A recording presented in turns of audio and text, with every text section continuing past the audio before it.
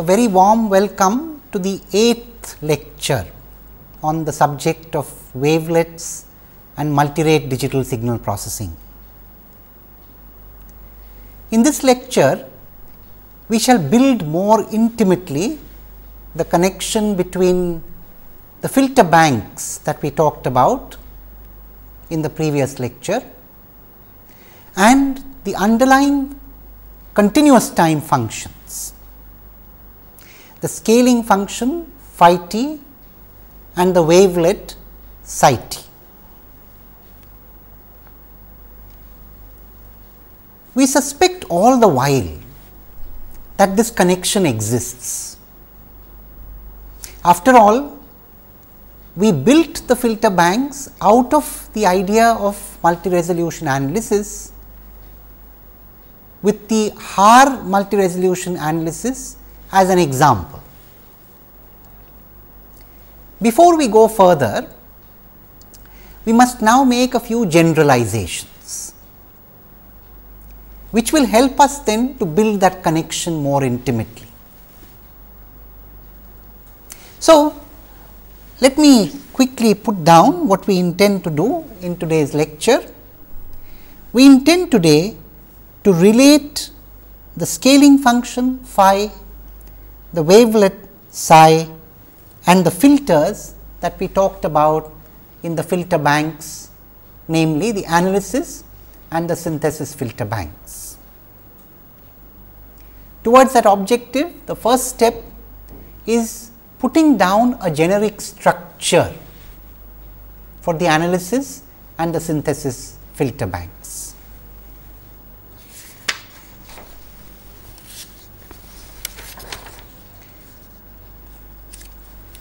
So, you see, let us consider the generic structure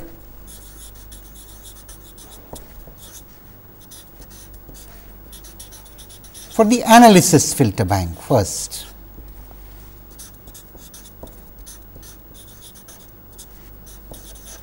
Incidentally,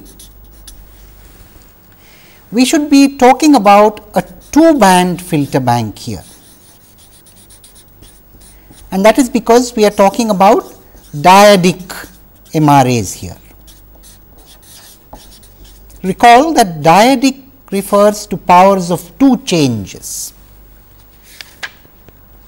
So, what we are talking about is the generic structure first of a 2-band filter bank, 2-band analysis filter bank.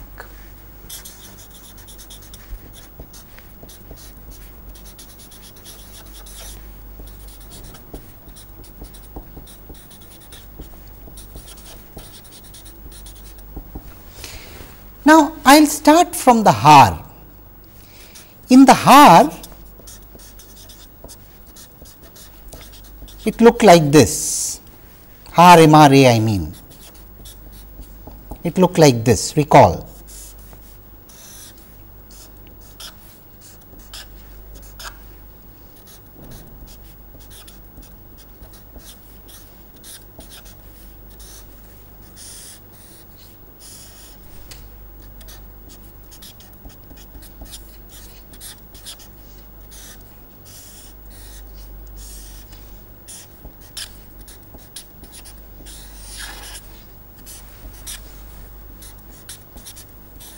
This was the structure, and we also analyzed the frequency domain behavior of these 2 filters. In fact, this turned out to be a crude low pass filter,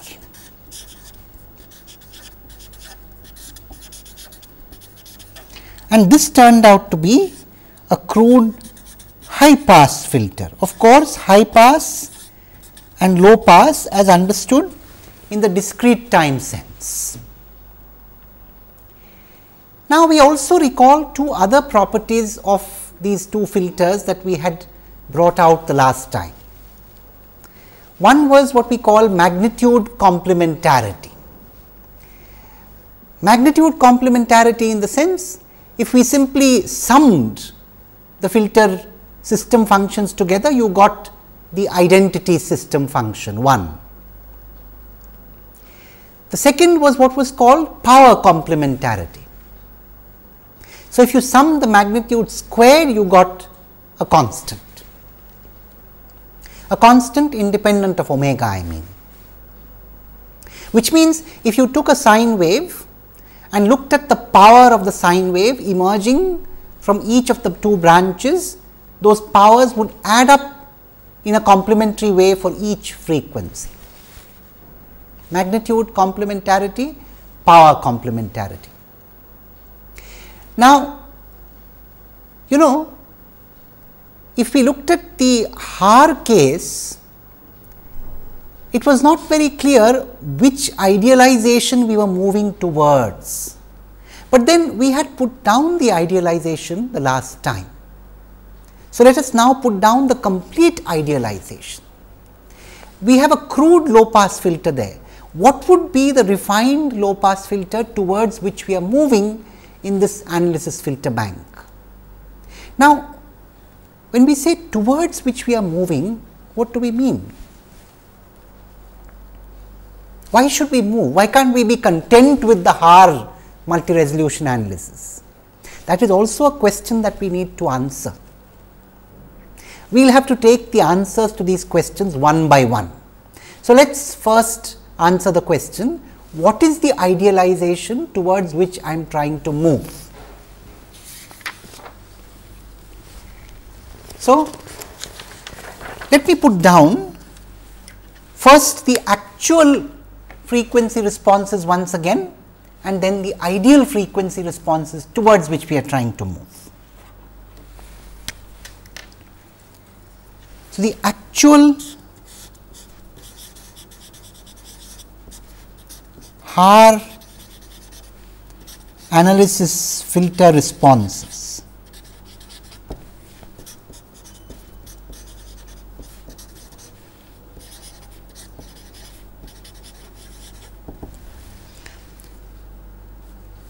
The 1 plus Z inverse by 2 filter had a response that looks like this, essentially mod cos omega by 2 between 0 and pi.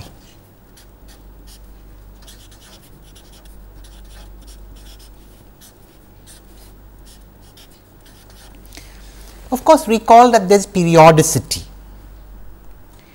and the 1 minus Z inverse by 2 filter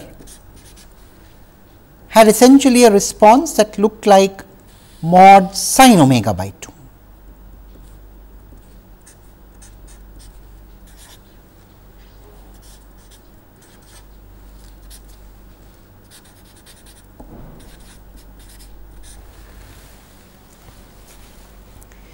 And you will recall that there was magnitude and power complementarity here. In fact, cos squared plus sin squared is 1, and therefore, there is power complementarity. And if you just add up these system functions together, 1 plus Z inverse by 2 plus 1 minus Z inverse by 2, you get 1, and that is magnitude complementarity. Now, you know, if you look at these two responses and if you mark them around the center,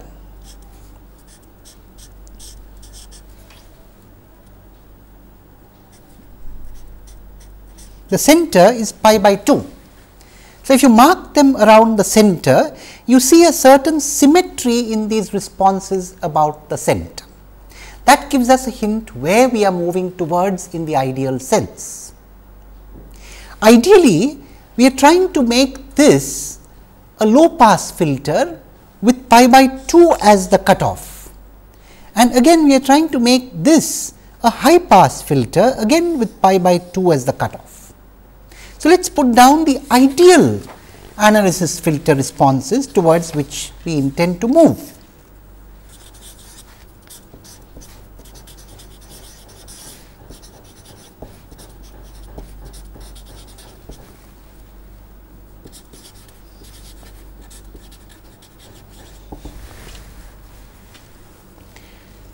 So, the low pass filter should have a response that looks like this between 0 and pi.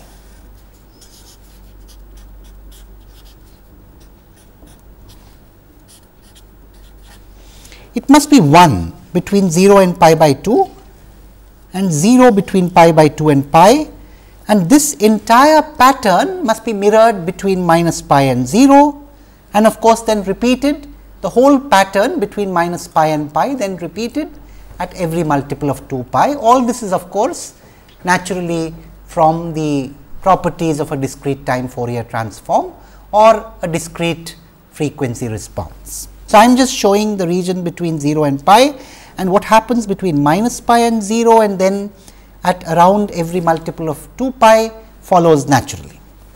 So, this is the low pass filter response. Similarly, the high pass filter response, which I will draw here.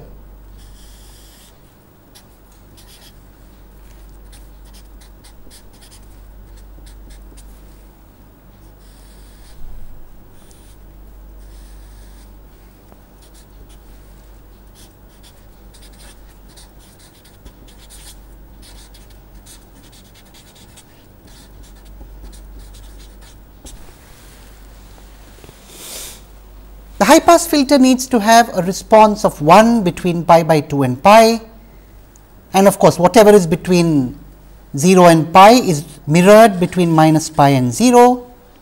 The response is 0 between 0 and pi by 2, and then of course, periodically repeated at every multiple of 2 pi. Let us call this LPF ideal. So, LPF ideal and high pass filter HPF ideal. So, these are the frequency responses of the analysis filters towards which we desire to move. Let us now put down the ideal frequency responses of all the filters, analysis and synthesis, in a 2 band filter bank. So, where are we moving? In what direction are we moving?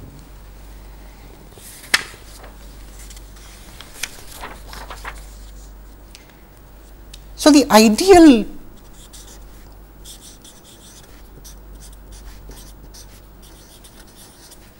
two band filter bank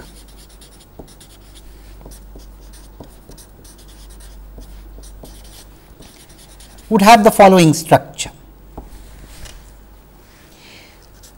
The input sequence here being fed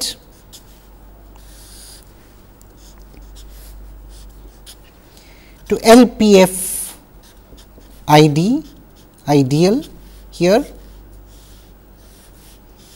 HPF ideal there,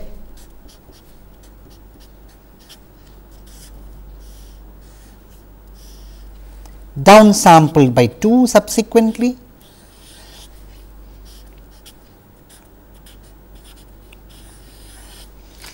this is the analysis portion,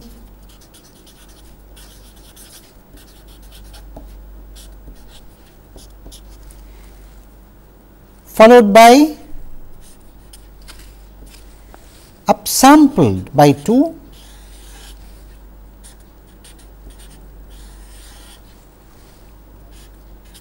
again low pass filter ideal here,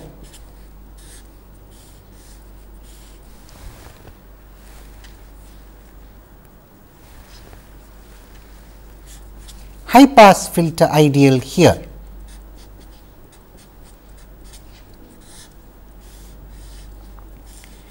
and the outputs from this are to be added to produce the overall output.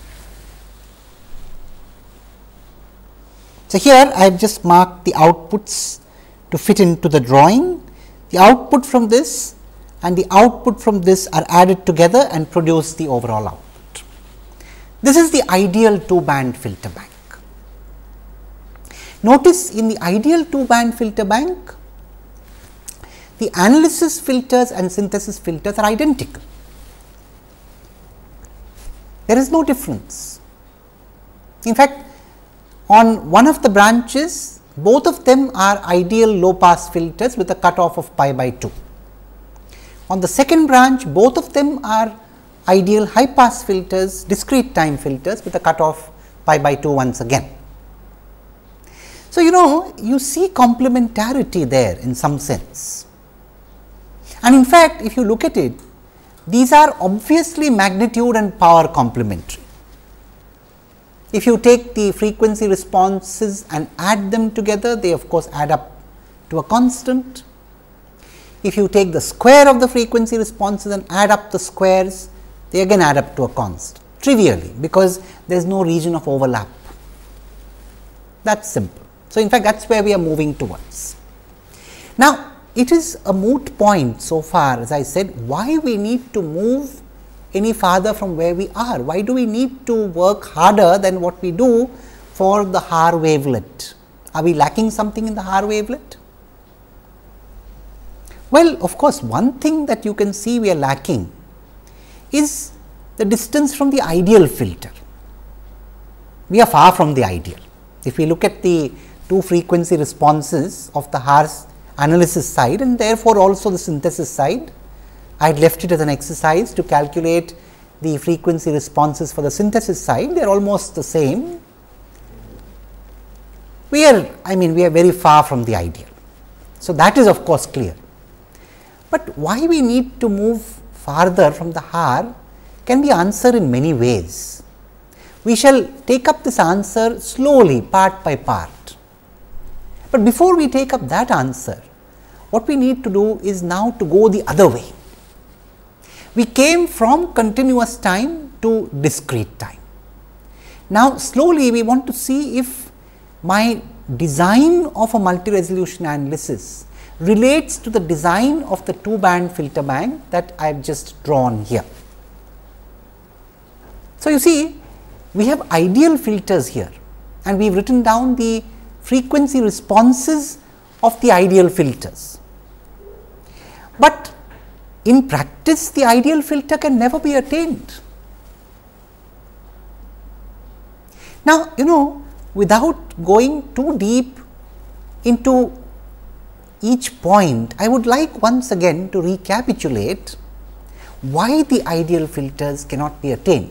So, it has nothing to do with technology or the lack of computational power. There is something fundamentally troublesome about these ideal filters that makes them unachievable or unattainable.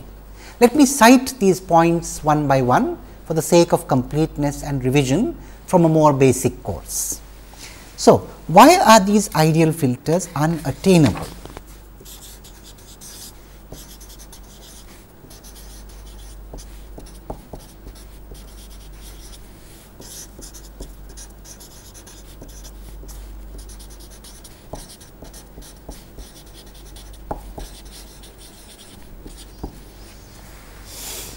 Well, the first reason is that the ideal filters are infinitely non-causal.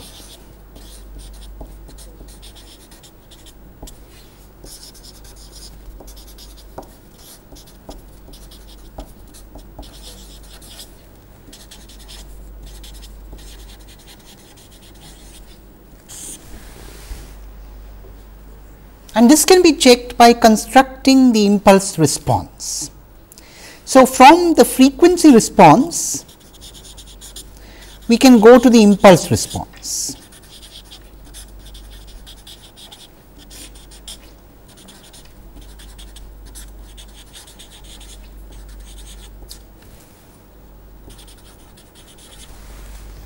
We also know how to do that.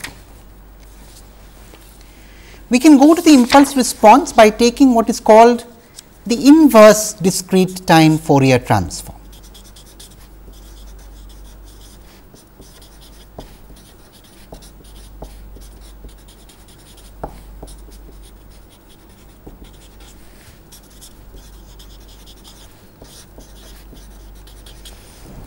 So, if you have the ideal frequency response,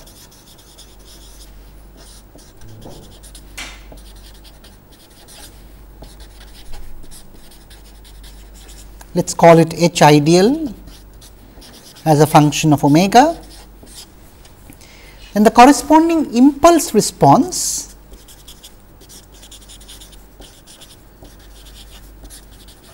can be obtained by the inverse DTFT of this.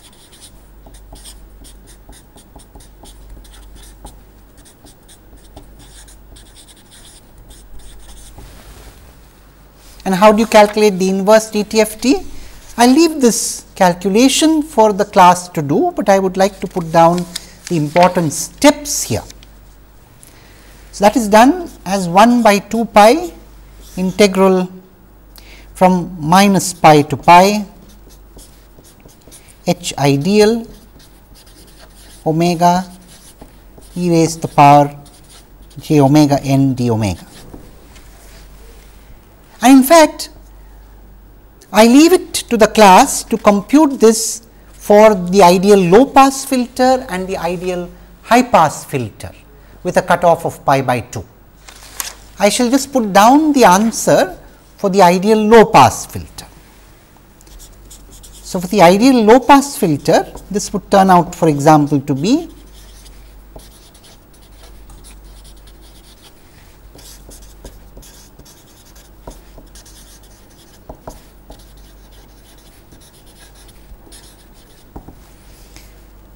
sin pi by 2 n divided by pi n wherever n is not 0. So, this is the impulse response h n, and it will be half for n equal to 0. I leave it as an exercise to verify this integral. And I also leave it as an exercise for the class calculate the ideal high pass filter impulse response.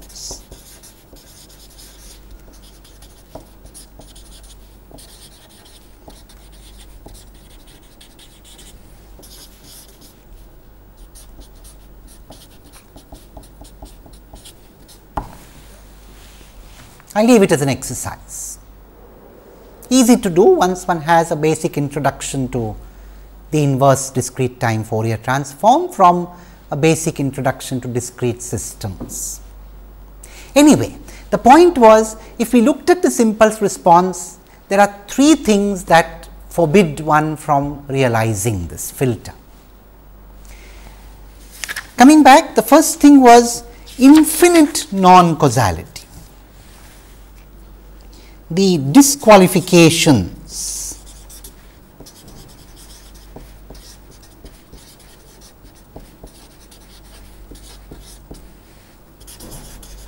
of the ideal filter.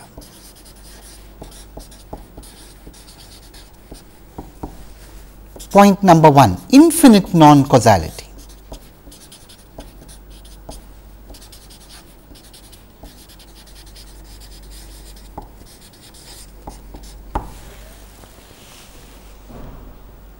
Now, when is a discrete linear shift invariant system causal? It is causal if the impulse response is 0 for all negative values of the integer index. So, h n is equal to 0 for all negative n is the requirement necessary and sufficient for causality. In this case, or for that matter in the case of any ideal filter, you could take either the high pass or the low pass filter in this case. For both of them, you would notice it is infinitely non-causal, meaning that even if I were to delay the impulse response sequence by a few samples, any finite number of samples, you could never make it causal. So, it is infinitely non-causal, a serious disqualification, which means that if you wish to realize a causal filter bank, you can't. So, it requires anticipatory behavior if you are doing it in time. You need to use the future to work in the present, a strange situation to be in. Now, non-causality by itself is not always a disqualification. It is infinite non-causality which creates a problem. Infinite non-causality means one cannot make the filter causal by introducing some delay. That is what is a disqualification here. Disqualification number 1. Disqualification number 2.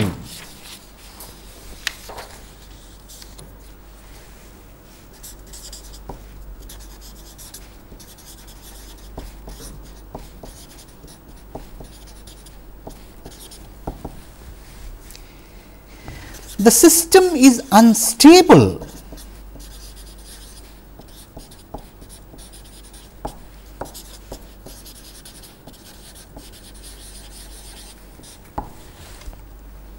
That is, if you look at summation on n mod h n,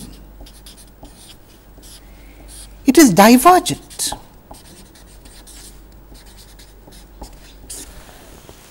A terrible thing to happen.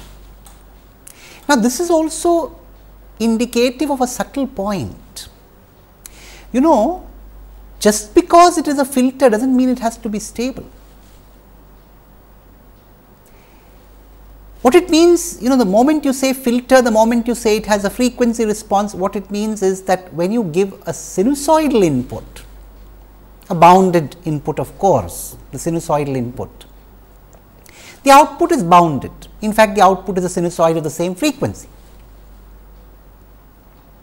But that is to do with sinusoids. You could very well have some other peculiar input where the output is unbounded. Now, that is troublesome. So, you know, you could have a situation where you get a certain behavior as far as sine waves go, but you are not guaranteed that the output will always remain within bounds for a bounded input. A bounded input may not produce a bounded output. The system is unstable. A discrete time system is stable if its impulse response is absolutely summable. Of course, we are talking about LSI systems here, linear shift invariant systems. So, this linear shift invariant system, whose frequency response corresponds to the ideal low pass filter, whether cutoff pi by 2 or any other cutoff, or for that matter an ideal high pass filter.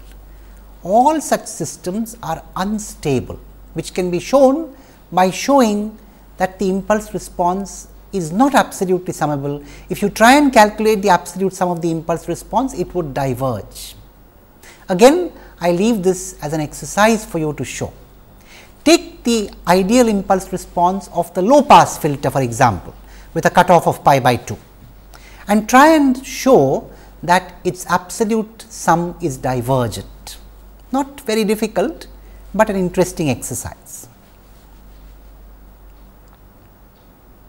Disqualification number 2, unstable. Disqualification number 3, a serious one too.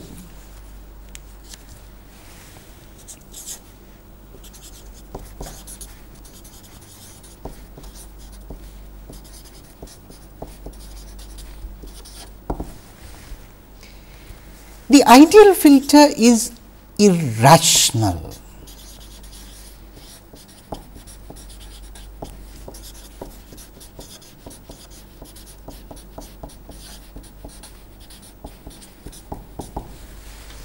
And what does this mean? Now, let me first explain the meaning of irrational literally. You see, if we say a filter is rational or a linear shift invariant system is rational, if you look at the system function, that means the Z transform of the impulse response, and find that it can be expressed as a ratio of two finite series in Z. So, numerator a finite series in Z, denominator a finite series in Z. If a system function of the LSI system could be expressed as a ratio of two finite series in Z, we say this system is rational. So, of course, when we talk about rational systems, we are automatically talking about linear shift invariant systems. It is only linear shift invariant systems which could be rational or irrational, and rational or irrational refers to systems who have a system function, linear shift invariant systems who have a system function, which means the Z transform of the impulse response exists in some non-null region of convergence. Now, the Z transform of the impulse response of the linear shift invariant system could either be rational, which means it is a ratio of two finite series in Z, or it could be irrational, in which case it is not. Let me give you an example of an irrational system function.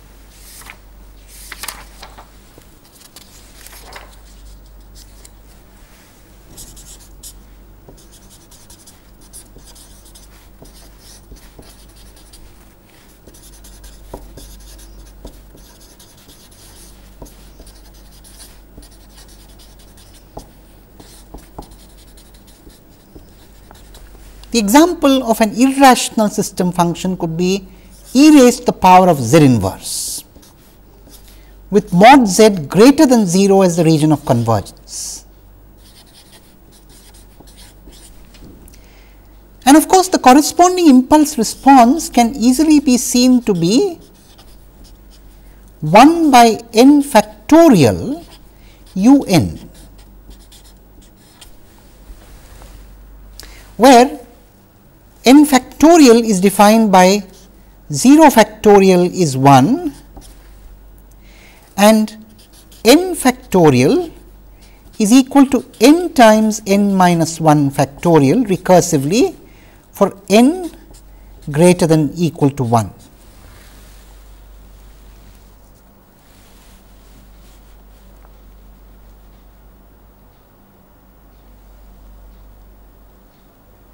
Interestingly, this system is stable. So, it is not that all irrational systems are unstable, but irrational systems have a fundamental problem. Irrational systems are unrealizable, at least today. We do not know any neat way of realizing irrational systems. Rational systems can be realized with a finite amount of resource. What do we mean by resource? Adders, multipliers, delays. These are the basic resources of a discrete time realization. A rational system can be realized with finite resource. An irrational system in principle requires an infinite amount of resource to realize. Now, this is all falling in place. The non-causality, infinite non-causality and instability came as a bit of a surprise, but this third disqualification is not quite a surprise. What we are saying in effect is that if you want an ideal filter, be willing to put in infinite resources to get it. This is the whole, I would say actually irony of discrete time system design.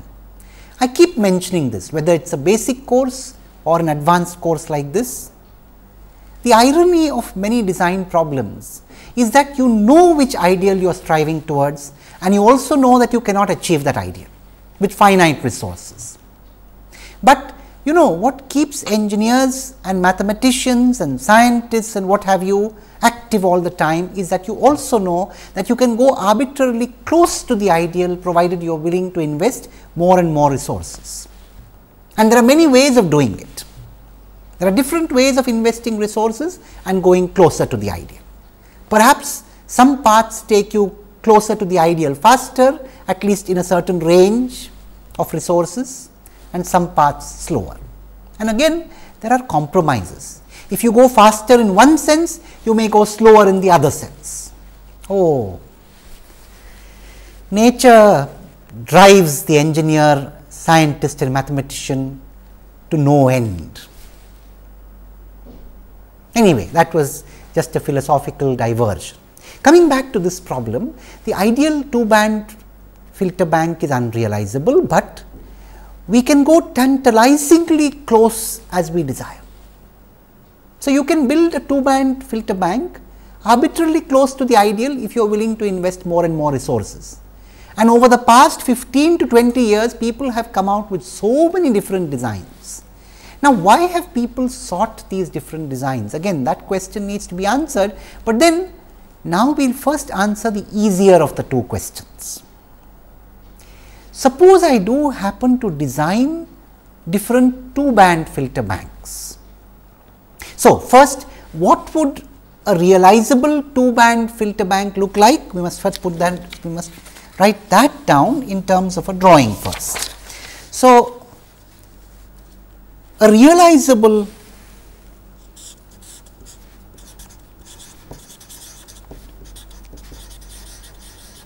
two-band filter bank is like this.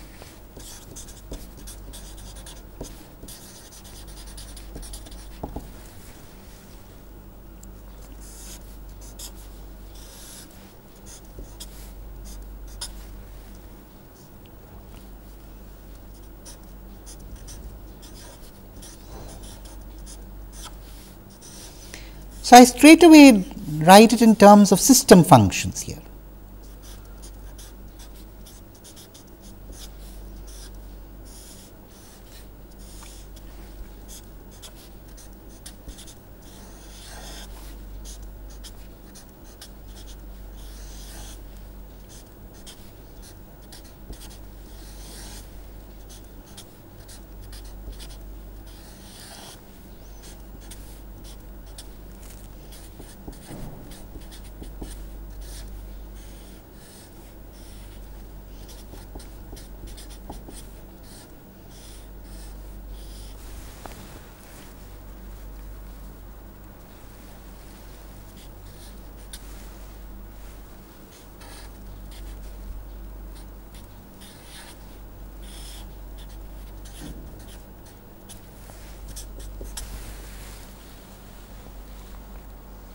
This is a realizable 2-band filter bank provided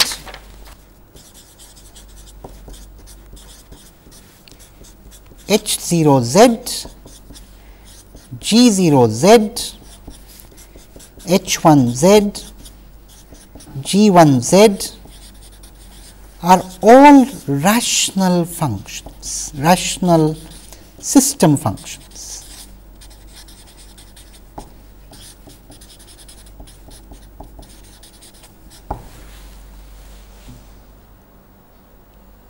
And of course, H0Z and G0Z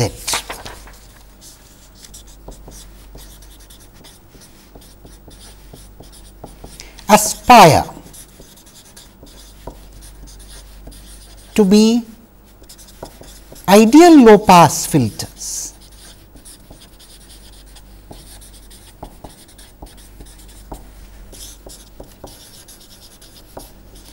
with cutoff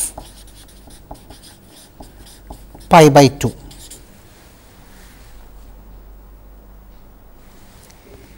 H1Z and G1Z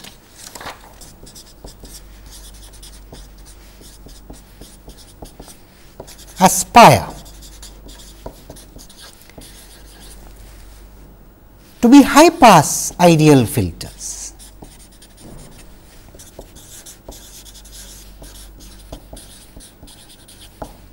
with cutoff pi by 2.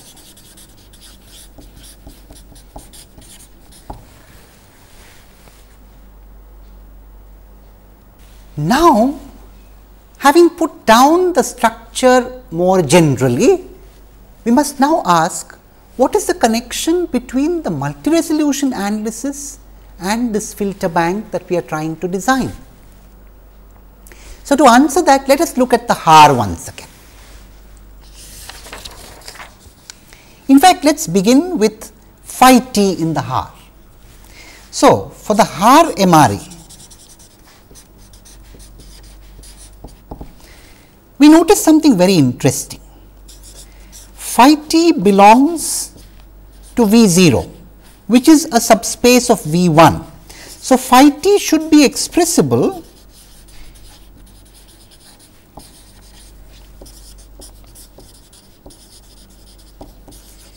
in terms of the basis of V 1.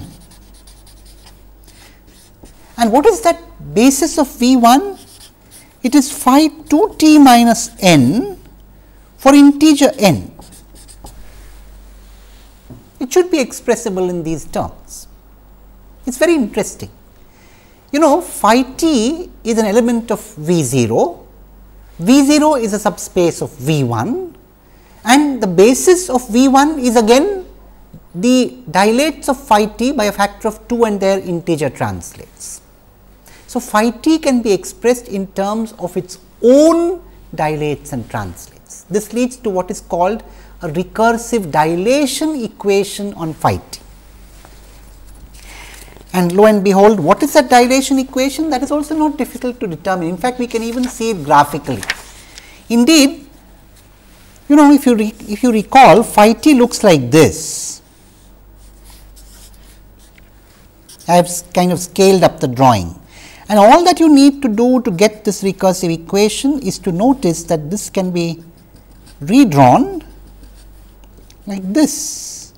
So, it has two components in it, and the first component is phi 2 t, the second phi 2 t minus 1, and the whole thing is phi t. So, we have a beautiful dilation equation which governs phi t.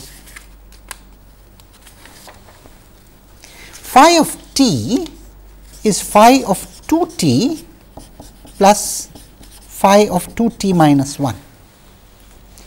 A beautiful dilation equation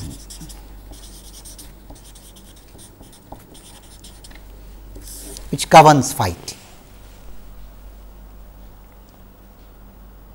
Now, let us look at the coefficients in that dilation equation.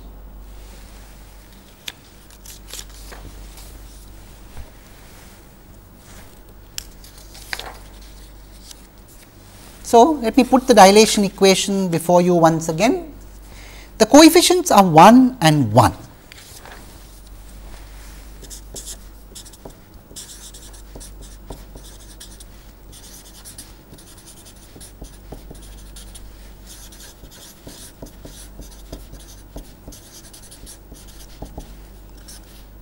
Let me try and call this a sequence, So, if you agree, I will talk about the sequence which is 1 at n equal to 0 and then 1 subsequently as shown at n equal to 1. This is a way of denoting a finite length sequence. The number below the arrow tells us the value at the point of the arrow, and all other numbers tell the value of the sequence at adjacent points. So, this for example means at n equal to 0, the sequence takes the value 1, and at the next point, which is of course n equal to 1, the sequence would take the value 1 2. So, this is the sequence corresponding to the dilation equation coefficients.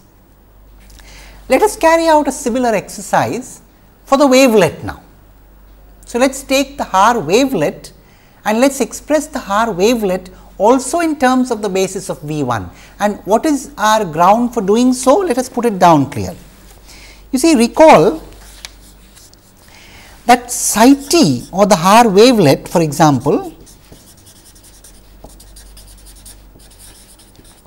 also belongs to V1. So, it should be expressible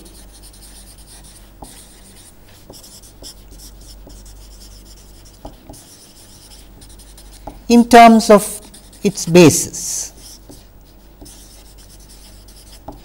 What is that basis? Phi 2 t minus n for integer n.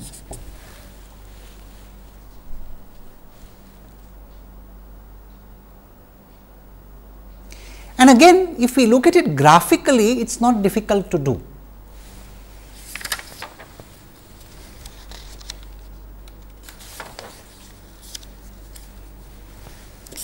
Graphically,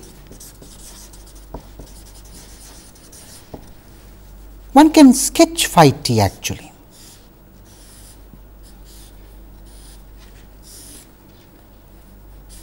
And psi t too. So, this is psi t, and you can see the phi t's embedded in it. So, you have one here and you have one there. This is easily seen to be phi of 2 t, and this is easily seen to be minus phi 2 t minus 1. And therefore, we have a very simple dilation equation for psi t. Now, here it is not recursive, but it is a dilation equation all the same. So, dilation equation for psi t.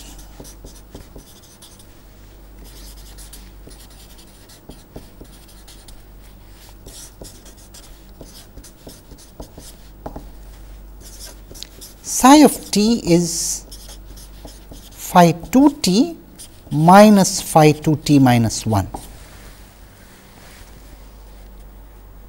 And once again, let us put down the coefficients of this dilation equation, as we did previously. So, the coefficients again would be the coefficients involved in expanding in terms of phi 2 t minus n. As I can see from this dilation equation, the coefficients are 1 and minus 1 respectively at 0 and 1. So, I put that down.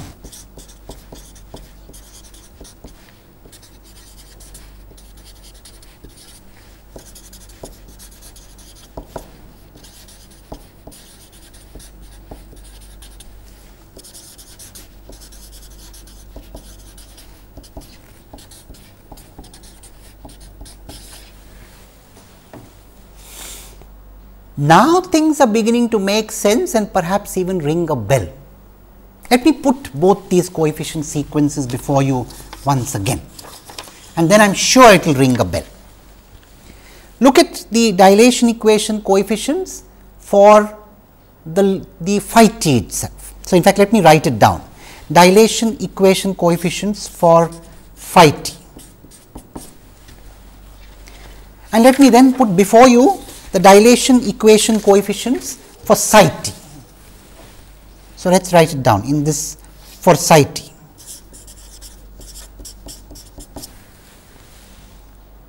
Does this ring a bell? Yes, indeed. If you look at the impulse responses either on the analysis side or the synthesis side of the low pass filter and the high pass filter, these coefficients are essentially those impulse responses. A minor difference. You see, on the analysis side you have a factor of half. For the moment, keep aside that factor of half. Otherwise, these dilation equation coefficients are just those very impulse responses. Synthesis side similarly, perhaps with a plus minus ambiguity, but otherwise the same. So, we have a very intimate relation which we have seen here. The coefficient sequences in these dilation equations that govern phi t and psi t are actually the impulse responses of the filters. Now, in fact, I will go one step further. We shall now progress to show that if I know these impulse responses, I can go the other way too. So, here I have, by serendipity, so to speak, by surprise or chance discovery, come up with this relationship. Now, we will take that serendipity, that discovery further. So, indeed, let us note at the moment that within a scaling factor, if h of n, so to speak, is the impulse response of the low pass filter in question,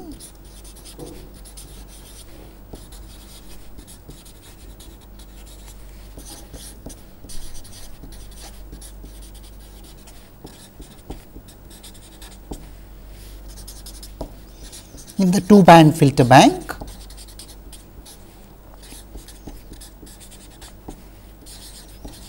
then essentially what we have is the following dilation equation. So, we will continue the dilation equation. Phi of t is summation on n over the set of integers h n phi 2 t minus n. This is the essential dilation equation for phi.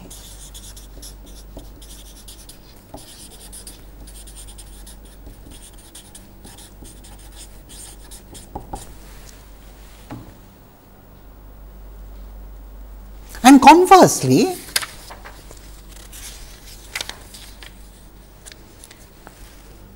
if Gn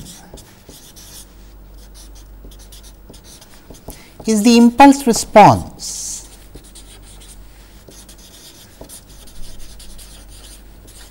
of the high pass filter,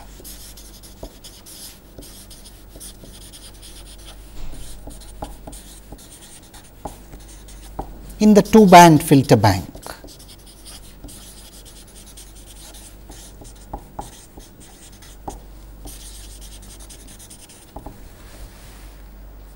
then we have psi t is summation n over the set of integers g n phi 2 t minus n.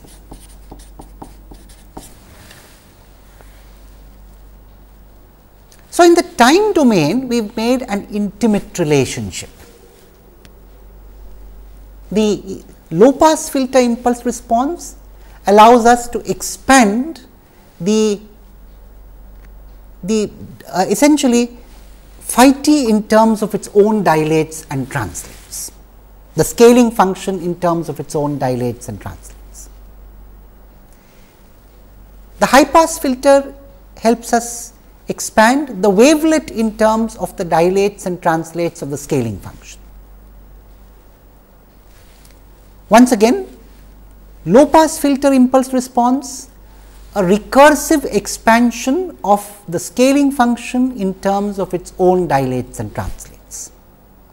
The high pass filter impulse response, an expansion of the wavelet in terms of the dilates and translates of the scaling function. Now, we want to go a step further. We want to show that once you have this dilation equation, we can actually completely characterize phi t and psi t knowing the two band filter bank. I shall in the next couple of minutes only give the strategy for doing so, but we shall actually do this in the succeeding lecture, in the lecture to follow. So, let me put before you the strategy that we are going to follow, and for that purpose let me put down the equations before you once again. So, let us recapitulate the two equations we have written. We have this dilation equation relating phi t to its own dilates and translates. What we shall do in the next lecture is to take the Fourier transform on both sides, and noting that we can express the Fourier transform of phi t, or rather phi 2 t minus n in terms of that of phi t, we shall have a recursive equation in the Fourier domain on the Fourier transform of phi. From this, we shall be able to completely characterize the Fourier transform of phi in terms of the discrete time Fourier transform of the sequence H. Having done so, we shall then progress to this dilation equation here, and we will relate the Fourier transform of the wavelet to the Fourier transform of the scaling function effectively, and then noting that the discrete time Fourier transform of the sequence G n can be used to make this relationship, we shall obtain the wavelet from the scaling function. So, it is with these two steps that we shall begin the next lecture. For the time being, let us keep our curiosity alive to see how beautifully we can enmesh the design of the two band filter bank and the design of a scaling function and a wavelet for building a whole multi-resolution analysis. With that note of curiosity and anticipation, let us conclude this lecture. Thank you.